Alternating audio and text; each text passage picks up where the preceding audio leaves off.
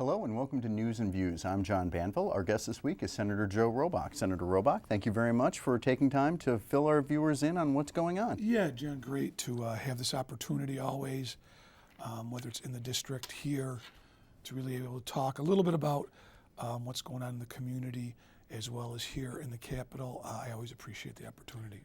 There have been big doings lately. Recently there was Election Day, and you were recently reelected. I wanted to congratulate you on the privilege of serving the people of Rochester for another 2 years. Yeah, thank you. I can only say to people, this was a pretty high turnout year in Monroe County, and I appreciate everybody for doing what I consider not only civic but somewhat patriotic duty to get out there and participate in democracy.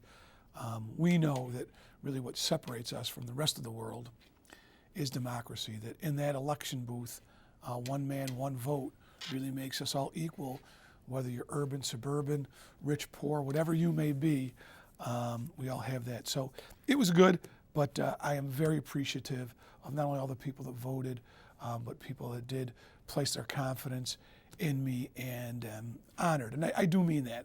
I am my father's son. It is really my honor and privilege to represent this community in the state Senate, and really try to listen to what people say at home and then carry that message here to the Capitol. So I thank them all and appreciate it greatly, but I think I'm like everybody else in my district. With some of the negative campaigning and things that went on, I'm glad to put this behind us and start moving forward on governing. When you brought up democracy, you have to bring up the idea of freedom and the idea that freedom isn't free, and that there are individuals who have served our country in their hours of need. And recently, we honored our veterans with Veterans Day. Yeah. I was wondering if anything in particular had happened out in Western New York to honor our veterans, or how you feel about that. Yeah, well, you raise a good point, and let me say first from a personal standpoint, being from a veterans family, serving on the Veterans Committee for a long time in the legislature, and realizing absolutely how much they really protect every single thing that we hold dear in this country, our very security and safety, our freedom of speech, our freedom to practice the religion we want, pursue the career we want. I don't even think I'd be able to serve in elected office if it wasn't for the sacrifice of all of our men and women in the armed forces. So yes, we're very grateful for that. And I've just been so amazed, been working on this, on participating in welcoming or going to the event when they leave, a program called Honor Flight, where Rochester's had 26 flights now, where we've taken World War II veterans free of charge, where they get to go to the nation's capital, see the memorial built for them that they earned through their military service and activity, and come back. But when all our veterans, but especially World War II, when you think of them, they changed the course of history. Clearly, the Nazi regime, the Axis powers, were doing unconscionable things, even killing people in their own country of people that didn't agree with them. It's terrifying to think what would have happened if they got control of the whole world. So I went to a number of veterans events, so we thank them, but even so great, I say this time and time again and mean it, what makes my job so great is not only having the privilege to represent the Senate, but also the great people I represent. And this year, Veterans Day's always been great in Rochester and Monroe County. But this year, I was so touched.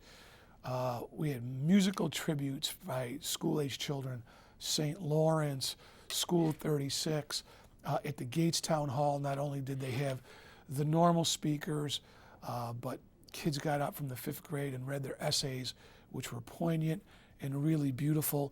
We had churches having prayer service, breakfast, you name it. The town of Greece, the town of Hilton, they had kids participating in it along with their military personnel.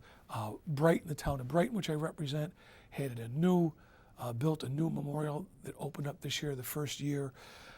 for Veterans Day, and it was just amazing. And I was very happy to partner with Time Warner, and we not only taped, but started a program called Take a Vet to Work Day, where we had veterans from 4 wars.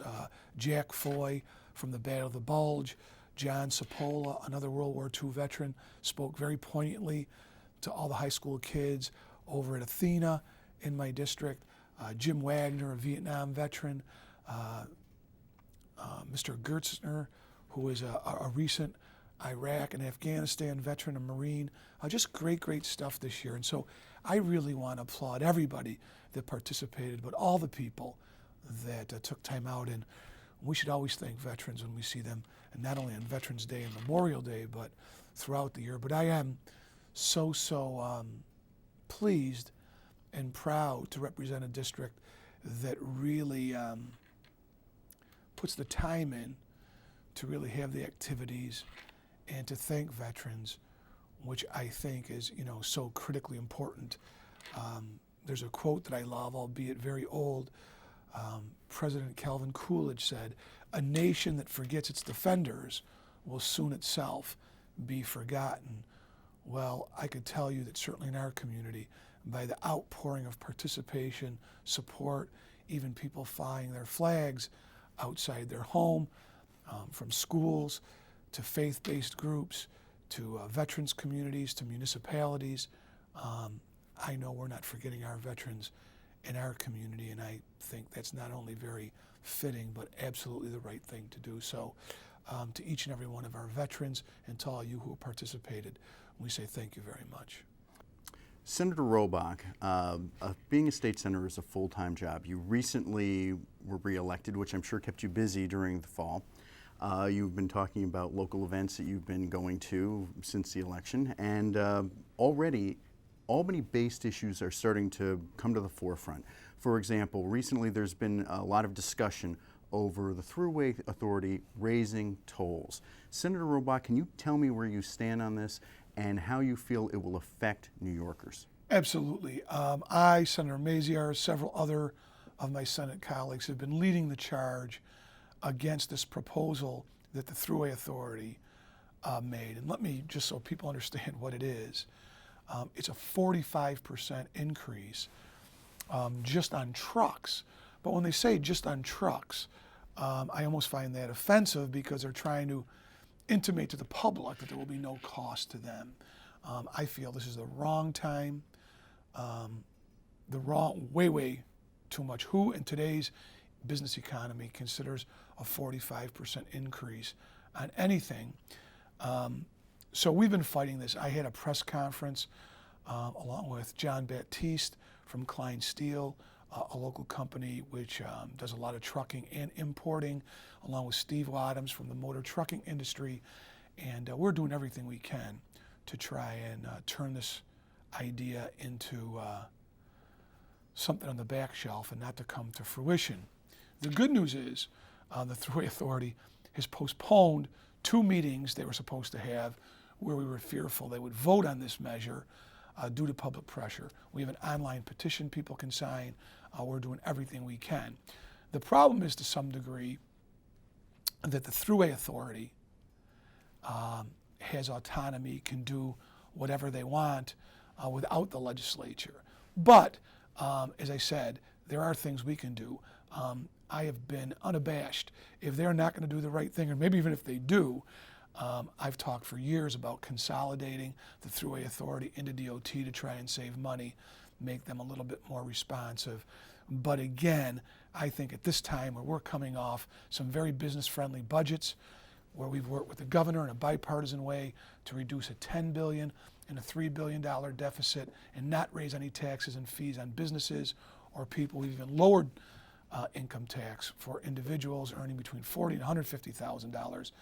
This would be going in the opposite direction. And again, I tell people, if they think this won't impact them, everything that you buy and purchase, from clothes, dry goods, office supplies, food, is trucked in. That price will be passed on to the consumer.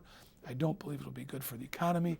It will be bad for New York, where our price index will go up a little bit more than those products in other places. And I point out to Monroe County, where fortunately, because we still do a lot of manufacturing of food and other materials, we do a large part of New York's exports. It'll impact us even into a greater measure. So I'm going to continue to be loud. Again, I'm glad that the Thruway Authority postponed their 2 meetings. Comptroller DiNapoli has said he thinks there's a lot more things they could do to look internally to save money, even short of Senator Maziar's, and Gallivan's idea of merging them and really saving money. But I hope they'll look at all those things. And again, I warn them, I think that people will be very angry with an increase at this time, especially one which I find absurd, a 45% increase in this economy. That's a huge number, a large amount, and I think will serve no one well. I know it's come out in the dialogue of this that they want to raise more money for the Tappan Zee Bridge. I think they can come up with a better plan or something else. And I would just say this. I think it's ridiculous to ask people in upstate New York, businesses, through trucking, to pay more money to build a bridge, albeit I know it needs to get done, into New York City. So hopefully, by continued dialogue, us doing this, we'll be able to turn this back. And I thank all the people who have signed our online petition and have chimed in on this in support of trying to turn it back. I think that's what democracy is all about. Senator Robach, we are going forward to a new legislative session with a newly elected legislature. Are you going to be reviewing legislation that you are going to be putting back in, or new bills that you think should be addressed in this upcoming session as we await word from basically Governor Cuomo's State of the State, because we're moving toward this very quickly? Right. You know, we're, believe it or not, here getting towards the end of November, really with the Christmas holiday. New Year's, December is going to pass pretty quickly. The governor will be starting his State of the State in a little bit more than a month, and we're looking forward to that as how we can make the climate better for jobs and the economy here and how we move forward. But in the interim, it's our job. I work with staff to make sure that we pre-file and put bills in, and it's a myriad of things, building on a bill we passed last year, a women's workforce bill to ensure equity and knowledge in the workforce.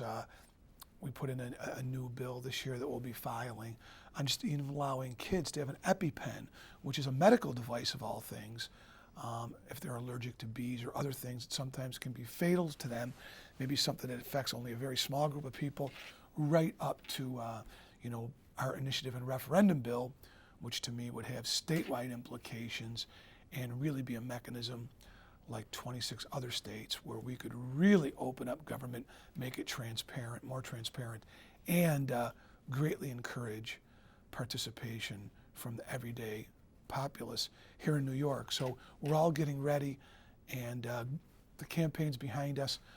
Governing begins. Well, Senator Robach, I want to thank you very much for filling our viewers in on what's happening, and I'm sure that we will have you back so that you can let us know how your ideas working with Governor Cuomo moving forward are working out. Thanks, John. Thank you very much for your time. Okay. We'll see you soon.